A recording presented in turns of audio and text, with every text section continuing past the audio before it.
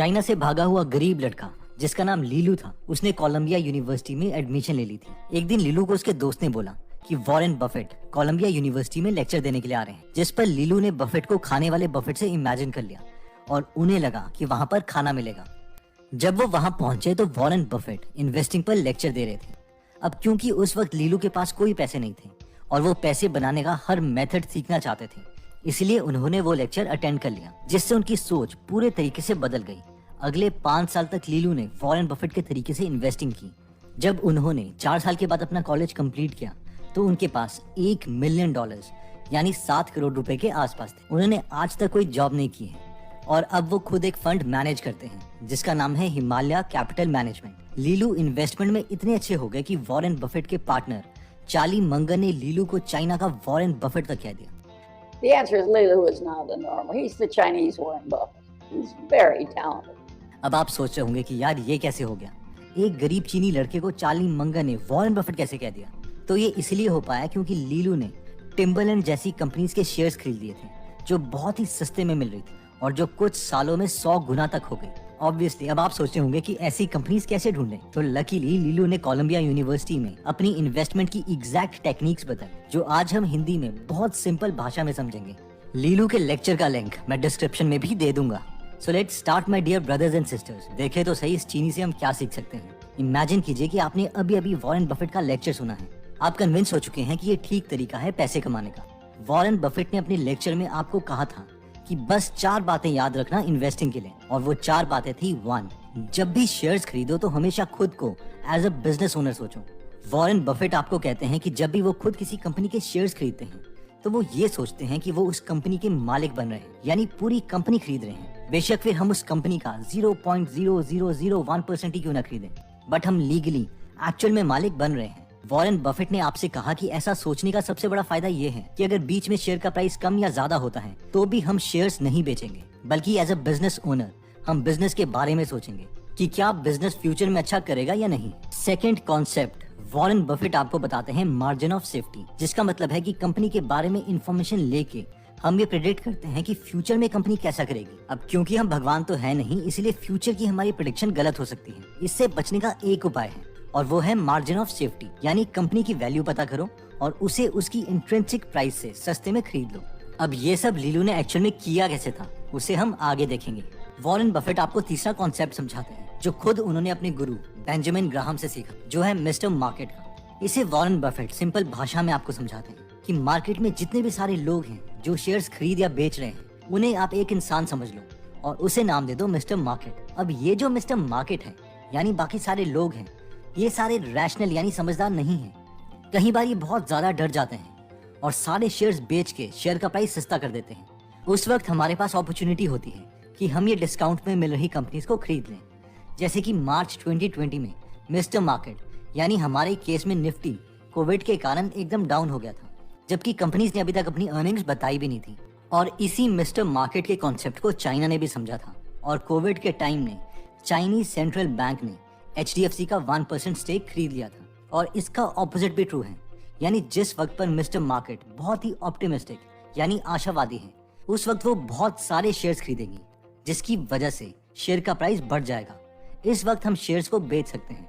अब fourth most important concept आपको जो वॉरेन बफेट बताते हैं वो है सर्कल ऑफ कॉम्पिटेंस, यानी जैसे इंडिया में NSE के करीबन 75-100 कंपनीज लिस्टेड हैं, यानी इन कंपनीज के शेयर्स हम खरीद सकते हैं। अब खरीद सकते हैं इसका मतलब ये नहीं कि हमें एक्चुअल में खरीदने हैं।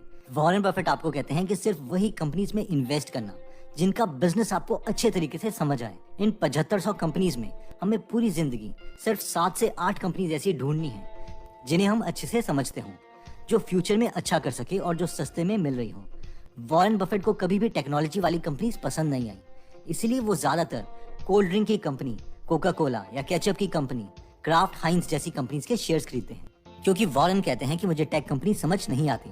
ये 4 पॉइंट्स लीलू ने भी वॉरेन बफेट से समझे और उन्होंने ऐसी ही कंपनीज ढूंढना शुरू किया, जिसमें पहली कंपनी थी टिम्बरलैंड, जो कि एक जूता बनाने वाली कंपनी थी। लीलू ने देखा कि इस वक्त पूरी कंपनी $300 मिलियन के करीब बिक रही है, जो कि पूरे साल में इसका सबसे कम प्राइस था। जब लीलू ने आगे कंपनी के बारे में देखा तो उसे पता चला कि टिम्बरलैंड कंपनी के पास 100 मिलियन का तो कैश ही पड़ा था और करीबन 100 मिलियन के फिक्स्ड एसेट्स थे, यानी बिल्डिंग्स एक्सेट्रा। उस साल टिम्बरलैंड ने 800 मिलियन के करीब की टोटल सेल्स की थी, जिसमें से 100 मिलियन उसका प्री टैक्स प्रॉफिट था। लीलू बोलते हैं कि अगर आप 300 मिलियन में पूरी कंपनी खरीद लेते हो तो उसमें आपको 100 मिलियन कैश मिल रहा होगा और 100 मिलियन की बिल्डिंग्स मिल रही होगी, जिसकी एक्चुअल वैल्यू तो और ज्यादा होगी, और साथ में कंपनी प्रॉफिटेबल भी है।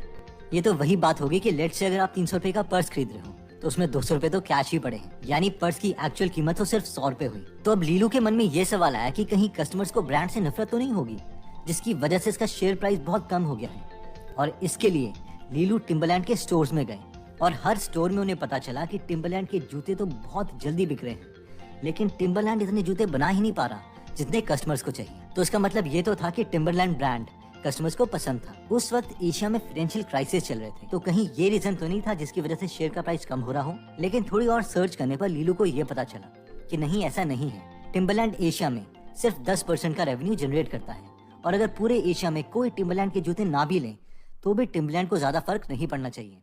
तो अब सवाल ये था कि टिम्बरलैंड का प्राइस कम क्यों हुआ है? ऐसी क्या चीज है जो लीलू को नहीं पता लेकिन बाकी इन्वेस्टर्स को पता है, जिसकी वजह से इसका शेयर प्राइस कम हो रहा है? लीलू को पता चला कि शेयर होल्डर्स ने टिम्बरलैंड के ऊपर बहुत सारे केसेस किए हुए थे, और इन्हीं केसेस की वजह से बाकी लोग अपने शेयर्स बेच रहे थे और शेयर का प्राइस कम हो रहा था।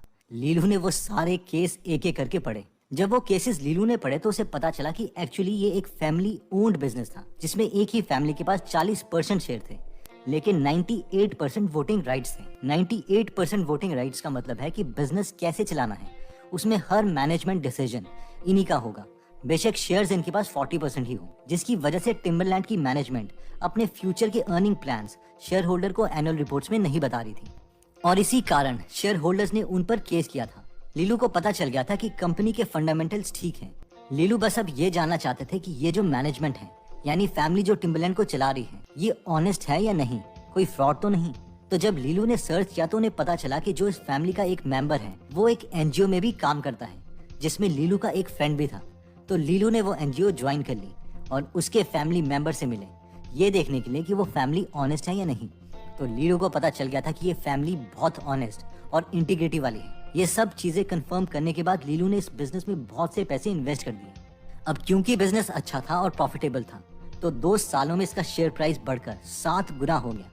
अगर एफडी के हिसाब से हम 6% रेट भी लें, तो भी अगर हम बैंक में ये पैसे रखते हैं तो हमें 30 साल लग जाते हैं अपने पैसे 7 गुना करने में, लेकिन लीलू ने ये 2 साल में कर दिया। अब आप बोलोगे यार अब नहीं मिलती ऐसी अपॉर्चुनिटीज, या इंडिया में ऐसी कोई अपॉर्चुनिटी नहीं मिलती। पहली बात तो हमें थ्रू आउट वर्ल्ड देखना होगा, लेकिन अगर हम इंडिया की बात भी करें तो कुछ same scenario Mastek limited company के साथ रिसेंटली हुआ था। मास्टेक एक क्लाउड एप्लीकेशन कंपनी है जो ज्यादातर यूके के गवर्नमेंट के लिए क्लाउड सर्विसेज एप्लीकेशन बनाती है। एनीवेज, अब हुआ ये था कि मास्टेक के पास मार्च और अप्रैल के बीच में ये पूरी कंपनी 700-800 करोड़ रुपए में मिल रही थी। मास्टेक के पास 500-600 करोड़ का तो कैश ही था। इसका मतलब तो ये हुआ कि कंपनी हमें सिर्फ 700 माइनस 500 करोड़ यानी 200 करोड़ रुपए में मिल रही है, जबकि कंपनी पूरी स्टेबल थी और हाई ग्रोथ थी। तो ऑब्वियसली इंटेलिजेंट इन्वेस्टर्स ने ये अपॉर्चुनिटी पहचान ली और ग्रैब कर ली। और अगर हम इसका शेयर प्राइस देखें तो 27 मार्च 2020 को ये 172 रुपए का था और अभी 3012 रुपए का है, यानी 17.5 गुना हो चुका है। लीलू का तो सिर्फ 7 गुना था। तो आप में से क्यूरियस लोग जो सोच रहे होंगे कि क्या मैंने इस अपॉर्चुनिटी को ग्रैब किया, तो नहीं, मैं तो आप लोगों के लिए वीडियोस ही बनाता रह गया। जोक्स अपार्ट, मुझे भी लेट ही पता चला। तो दोस्तों, इस वीडियो में हमने पहले वॉरेन बफेट के 4 इन्वेस्टिंग प्रिंसिपल्स देखे। इनमें सबसे पहला प्रिंसिपल था think yourself as a business owner, यानी जब भी कोई कंपनी में इंटरेस्टेड होते हो तो ये सोचो कि आप पूरी कंपनी खरीदने वाले हो, बेशक बाद में वो कंपनी के कुछ शेयर्स ही खरीदो।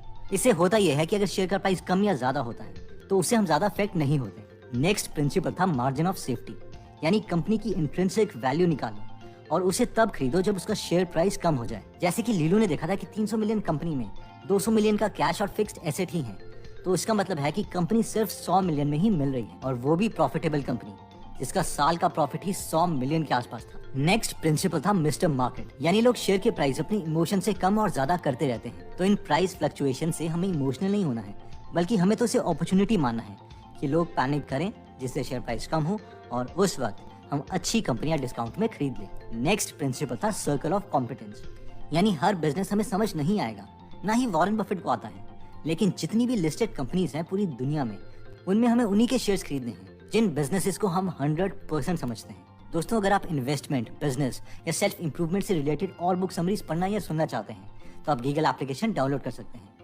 जहां पर 1000 से ज्यादा बुक समरीज हिंदी में अवेलेबल हैं, जिन्हें आप पढ़ भी सकते हैं और सुन भी सकते हैं।